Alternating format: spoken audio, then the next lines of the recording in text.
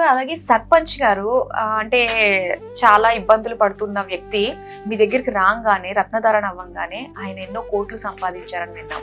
దీని గురించి ఏం చెప్తారు? రాజకీయాల్లో జనరల్ గా 3 కోట్లు 30 కోట్లు అంటే పెద్ద విషయం కాదమ్మా. ఫస్ట్ నా రాజకీయాల్లో ఎప్పుడు బేసిక్ నేర్చుకోవాలి. నా దగ్గర ఇప్పుడు 3000 మంది రాజకీయ నాయకులు ఉంటారు. వాళ్ళు ఎవరు కూడా ఇప్పుడు ఇంట్లో నుంచి ₹1 పెట్టి తీసుకెళ్ళరు. వాళ్ళు నేను ఎప్పుడు వాళ్ళకి ఒకటే చెప్తాను, పాలిటిక్స్ అంటే 5. ఫస్ట్ నువ్వు ఏ పని చేసినా నేను అనే స్వార్థం ఉండాలి. రెండోది నా కుటుంబము, తర్వాత నా స్నేహితులు, నా గ్రామం, తర్వాత నా రాష్ట్రము, తర్వాత నా దేశం. అసలు నువ్వు బాగుపడకుండా దేవుడిచ్చిన నీ కుటుంబానికి ఒక కారు కొనకుండా, ఒక మేడ కొనకుండా, నువ్వు గొప్పగా అవ్వకుండా, తల్లిదండ్రులు ఇచ్చిన ఆస్తులు అమ్మేసి రాజకీయాల్లో పెడతానంటే నువ్వు రాజకీయాలే ఫిట్టే కావు. నా దగ్గర అప్పుడు మా తాతగారి దగ్గర వచ్చిన ఎన్టీ రామారావు గారి దగ్గర నుంచి, తర్వాత రూసీ గారి దగ్గర నుంచి, ఈ రోజు వరకు మల్లారెడ్డి గారి వరకు వీళ్ళందరూ ఆదర్శమూర్తులు. వాళ్ళని ఏదో స్వార్థం అనుకుంటాం, స్వార్థాన్ని కాదు. ఇప్పుడు మల్లారెడ్డి గారు సైకిల్ మీద దగ్గర నుంచి అందరికీ తెలిసే విషయం.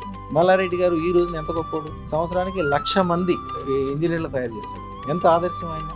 ఈ అన్నిటికంటే మీరు ఆడవారు కాబట్టి చెప్తున్నానమ్మా, మీకు ఎంత దగ్గర బంధువు ఉన్నప్పటికీ మీరు కాన్పుకి వెళ్తే ఆ డాక్టర్ ఏం చెప్తాడంటే, మీరు రిస్క్ తీసుకుంటానంటే ఓకే, లేకపోతే మాత్రం ఆపరేషన్ చేయాలని చెప్తాడు.